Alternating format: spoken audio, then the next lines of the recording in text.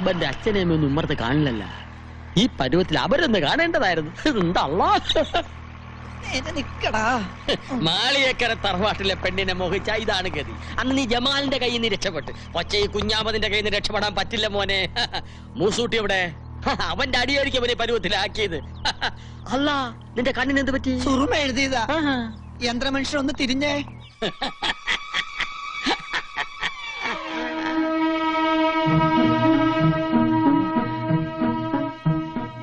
നീയാ?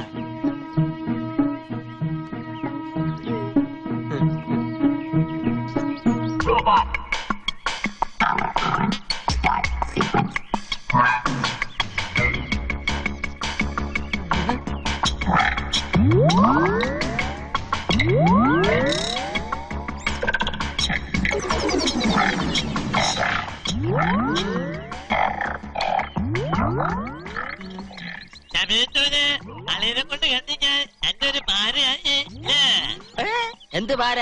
10,000 രൂപ നമ്മുടെ എണ്ണി മേടിക്കുമ്പോ നീ ഓർക്കണമായിരുന്നു. എല്ലടാ സാക്ഷി? അതെ, ഞാൻ ഇനി പലതിനും സാക്ഷിയാകേണ്ടി വരും. എന്റെ എല്ലാ അവയവങ്ങളും അവന് തന്നെ തനച്ചു.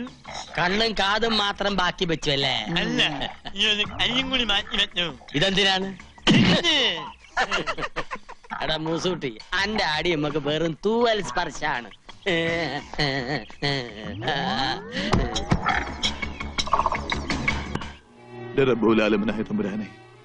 ഞാൻ എന്താണ് ഈ കേൾക്കുന്നത്? ഇങ്ങനെയൊക്കെ തോന്നിക്കാൻ എന്റെ മോക്ക് എന്താ പറ്റിയത്? ഒന്നും പറ്റിയതല്ല, അഹമ്മദിയാ. ചുട്ടടി അതിന് കൊടുക്കേണ്ടത്. ശാസിച്ചല്ല, സ്നേഹിച്ച ഞാൻ നിന്നെ വളർത്തിയത്. ആ വല്യമ്മാമയെ നീ പരീക്ഷിക്കുകയാണോ? ഈ മാളിയേക്കര കുടുംബത്തില് ഇങ്ങനെ ഒരു നാണക്കേട് എന്റെ ഓർമ്മയിൽ ആരും ഉണ്ടാക്കിയിട്ടില്ല. ഈ വിവരം അറിഞ്ഞപ്പോ മുതല് നിന്റെ വല്യമാമ ഉരുകി ഉരുകി തീരുക. അതറിയോ അനക്ക്? എന്റെ ജമാലെന്നത് അറിഞ്ഞ എന്ത് പുകിലായിരിക്കും നടക്കുക? എന്തിനാണ് എപ്പോഴും നമ്മളെ ഓർമ്മിപ്പിക്കണത്? കണ്ടില്ലേ, എന്റെ ശരീരം പന്നി ഇറങ്ങിയ പാടം പോലെയായി. ഇവന് കിട്ടിയ തല്ല് ഒന്നൊരു താക്കീതാണ്. അല്ല, ഓൻ നിരപരാധിയാ. സത്യം പറഞ്ഞ ഓൻ ഉള്ളതുകൊണ്ടാ ഞാൻ ഇങ്ങനെയല്ലേ രക്ഷപ്പെട്ടത്. പന്നി ഓടാൻ അറിയാവുന്നോണ്ട് ഞാൻ രക്ഷപ്പെട്ടു. പിക്കാസും കട്ടപ്പാരിയായിട്ട് ഓന്റെ ജോലിക്കാര് കൊല്ലാൻ ഒങ്ങിയപ്പോ ഓൻ ഒറ്റൊരുത്തൻ തടുത്തോണ്ടാ എന്റെ ജീവനെല്ലാം ബാക്കി കിട്ടിയത്. എന്റെ സ്റ്റെബിലൈസറിന് അടി കിട്ടിയത്. പാപം, കല്യാണം കഴിക്കാത്തൊരു ചെറുപ്പക്കാരനാ. ഇനിയുള്ള ജീവിതം എന്തിനു കൊള്ളും? നിസ്കരിച്ച് തീർക്കല്ലേ? ഇനി വർഗീയത വെച്ച് കളിച്ചാലേ ഓനൊരു പാഠം പഠിക്കും. വാളെടുക്കാൻ വരട്ടെ. 2 കൈ മുട്ടിയാലല്ലേ ഒച്ച ഉണ്ടാവുള്ളൂ. ഇവള് ഒരു കാരണക്കാരിയല്ലേ? എന്താ മോളെ നിന്റെ ഉദ്ദേശം? നീ ആഗ്രഹിച്ചതൊക്കെ ഈ വല്യമ്മാമ നടത്തി തന്നിട്ടില്ലേ? പക്ഷെ ഇപ്പോ ഈ അരുതാത്തതൊക്കെ ആഗ്രഹിച്ച വാങ്ക് വിളി കേൾക്കണ ഈ തറവാട്ടില് ഇനി എല്ലാരും സംകൂതേണ്ടി വരും. അതിന് യോഗം ഉണ്ടാകൂല. ശങ്കൂതന്റെ ചങ്ക് ജമാല് കൊണ്ടുപോകും. നമ്മളൊരു കാര്യം പറയാം. കുടുംബത്തിന് മാനക്കേട് ഉണ്ടാക്കിയ ബിരിയാണിയിൽ വിഷം ഒഴിച്ച് തിന്ന് നമ്മ ശത്ത് കളയും. നീ എന്താ ഒന്നും മിണ്ടാത്തത്? കൊച്ചുനാളിൽ എനിക്ക് അരക്കൽ ബിബിയുടെ കഥ പറഞ്ഞു തന്നത് വല്യമ്മയായിരുന്നില്ലേ? കഥയായാലും കാര്യമായാലും വല്യമ്മ പറഞ്ഞത് മാത്രം കേട്ട് വളർന്നോളാം ഞാൻ. വല്യമ്മ പറയുന്നതേ അനുസരിച്ചിട്ടുള്ളൂ.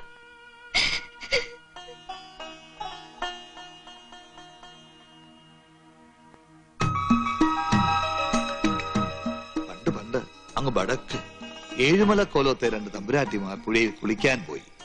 കുളിച്ചുകൊണ്ടിരുന്നപ്പോ മൂത്ത തമ്പുരാട്ടി ഒഴുക്കിൽപ്പെട്ടു. അപ്പുറത്തെ കടവിൽ കുളിച്ചുകൊണ്ട് നിന്നിരുന്ന ഒരു മുസൽമാൻ നിലവിളി കേട്ട് ഓടി വന്ന് തമ്പുരാട്ടിയെ രക്ഷിച്ചു. ജീവൻ തിരിച്ചു കിട്ടിയെങ്കിലും ഒഴുക്കിൽ ഉടുതുണ്ടി നഷ്ടപ്പെട്ട ആ തമ്പുരാട്ടി കരയിൽ കയറാനാവാതെ കഴുത്തോളം വെള്ളത്തിൽ ആ പുഴയിൽ തന്നെ അങ്ങനെ നിന്നു. തമ്പുരാട്ടിക്ക് നാണം മറയ്ക്കാൻ തന്റെ 2ാം മുണ്ട് ആ മുഹമ്മദിയൻ ദാനമായി നൽകി. പക്ഷേ കരക്കാരും കുടുംബക്കാരും ആ വാർത്ത കേട്ട് ഞെട്ടി. ഒപ്പം നാട് ഭരിക്കുന്ന കോലോത്തിരി രാജാവും. ആ മുസൽമാനെ രാജാവ് കൊന്ന വല്യമ്മ. അതാണ് രാജാവിന്റെ വലിയ മനസ്സ്. മാനവും ജീവനും രക്ഷിച്ച മുസൽമാനെ ഭർത്താവായി വേണമെന്ന് തമ്പുരാട്ടി പറഞ്ഞപ്പോ രാജാവ് തന്നെ നിക്കാഹം നടത്തി കൊടുത്തു. അരക്കൽ കൊട്ടാരവും പണിതു കൊടുത്തു. ലക്ഷ്മിക്ക് കഥ ഇഷ്ടമായോ?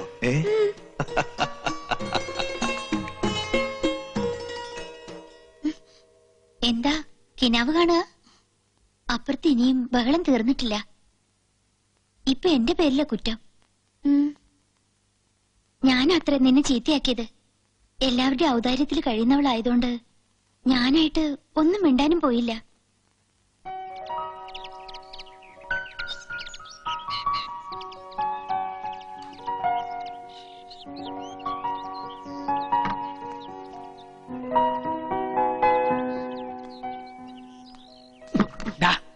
ഗീതയും ഖുറാനും കൂടെ ഒരു തുണി തുന്നിച്ചേർക്കാൻ പറ്റുമോ? ചന്ദ്രനിന്ന് മനുഷ്യൻ ചൊവ്വയിലെത്തി. അവിടെ ലക്ഷറി ഫ്ലാറ്റിനുള്ള ഫൗണ്ടേഷൻ ഇട്ട് തിരിച്ചു വന്നിരിക്കുക. അപ്പോഴച്ഛന്റെ ഈ ജാതി മതവും. നിന്റെ ഈ കൺസ്ട്രക്ഷൻ ഭാഷ എന്നെ ഉപയോഗിച്ചാണല്ലോ. ഇത് കണ്ടോ അമ്മേ? അച്ഛൻ ഇപ്പോഴാ പഴയ സ്കൂൾ വാദിയര് തന്നെയാ. അച്ഛാ, ഇതൊരു ഹൈടെക് യുഗമാണ് അല്ലേ അമ്മേ? അച്ഛൻ പറയുന്നത് ശരിയാ. എനിക്കെന്തോ പേടി തോന്നുന്നു. നമുക്കിതൊന്നും വേണ്ട മോനെ. എടാ, ഇപ്പോഴാണേ നിങ്ങൾ രണ്ടുപേര് കരഞ്ഞാ മതി. ഇങ്ങനെ വാശി പിടിച്ചാ പിന്നെ വേറെ പലരും കരേണ്ടി വരും. അറിയോ, അവരത്ര ലാളിച്ചു വളർത്തുന്ന കുട്ടിയാത്. എന്റെ മോൻ നാട്ടുകാരുടെ തല്ലുകൊണ്ട് അകാലചരമം പ്രാപിക്കാതിരിക്കാൻ ഒറ്റ വഴിയേ ഉള്ളൂ. എന്താ എന്താ എന്താ എന്താ എന്താന്ന് പറയുന്നത്? ഇതിന്ന് പിന്തിരിയ. പക്ഷേ ഇനി പിന്തിരിയാൻ പറ്റുമെന്ന് തോന്നണില്ല. എന്തുകൊണ്ട്? മനസ്സുകൊണ്ട് അത്രയ്ക്കും ഇഷ്ടപ്പെട്ടു പോയി. എടാ, മനസ്സ് നിന്റെയല്ലേ, നിനക്ക് നിയന്ത്രിച്ചൂടെ? മനസ്സ് എന്റേതാണെങ്കിലും ഞാൻ പറയുന്നത് അതേപടി അനുസരിക്കാൻ അതെന്റെ ശമ്പളക്കാരനൊന്നല്ലോ. ശമ്പളക്കാരനൊന്നല്ലോ എന്ന് ആണോ?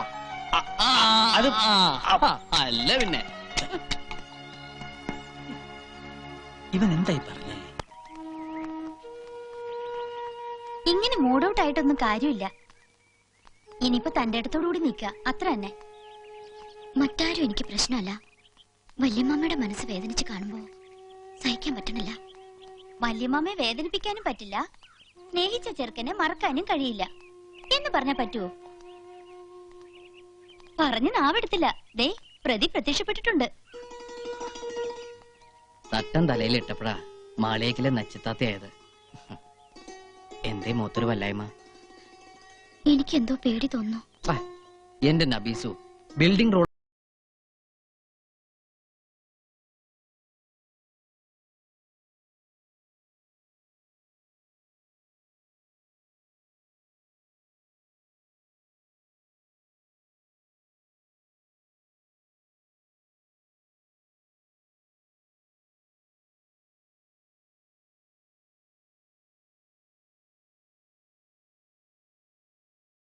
സസ്യോളജി അല്ലെങ്കിൽ ജന്തുവോളജി. ഗാന്ധിജി അറിയോ? എന്തിനാ? അല്ല, പരിചയപ്പെടാൻ സാധ്യതയില്ല. അങ്ങനെ ഒരു മഹാത്മാവ് ജീവിച്ചിരിപ്പുണ്ടായിരുന്നു. വീരശൂര പരാക്രമികളായ ബ്രിട്ടീഷുകാരുടെ കയ്യിൽ നിന്നും ആ മഹാൻ നമുക്ക് സ്വാതന്ത്ര്യം വാങ്ങിച്ചത് എങ്ങനെയാണെന്ന് അറിയാമോ? തോക്ക് ചൂണ്ടിയിട്ടല്ല, പട്ടിണി കിടന്ന്. അതുപോലെ നമുക്കും ഒരു തോക്കില യുദ്ധം ആരംഭിക്കാം. എന്നുവെച്ചാ നമുക്ക് ആത്മഹത്യ ചെയ്യാം. ആത്മഹത്യയോ? അതെ, ഒരാത്മഹത്യാ ഭീഷണി. ജാതിയും മതമൊക്കെ പറയുമെങ്കിലും അടിസ്ഥാനപരമായി നമ്മുടെ രക്ഷിതാക്കളൊക്കെ പാവങ്ങളാ. അവരെ വരട്ടാൻ വേണ്ടി ഒരു തന്ത്രം. വിദ്യകളൊക്കെ ഞാൻ പറഞ്ഞുതരാം.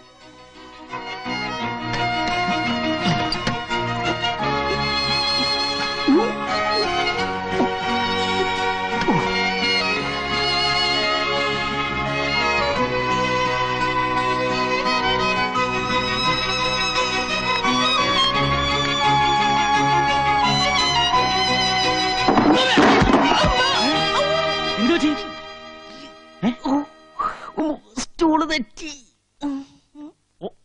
ഓ, അത് ശരി. ആത്മഹത്യാശ്രമം കൊള്ളാം. ഇട കഴുതേ, ആരെങ്കിലും ഈ പഴഞ്ച ഏർപ്പാട് കൊണ്ട് നടക്കൂ? ഇന്ത്യ ആണവരാഷ്ട്രമായി സ്വയം പ്രഖ്യാപിച്ച നൂറ്റാണ്ടായത്. ഹൈടെക്. ഈ ഹൈടെക് യുഗത്തിൽ ആരെങ്കിലും തൂങ്ങിച്ചാവൂടാ?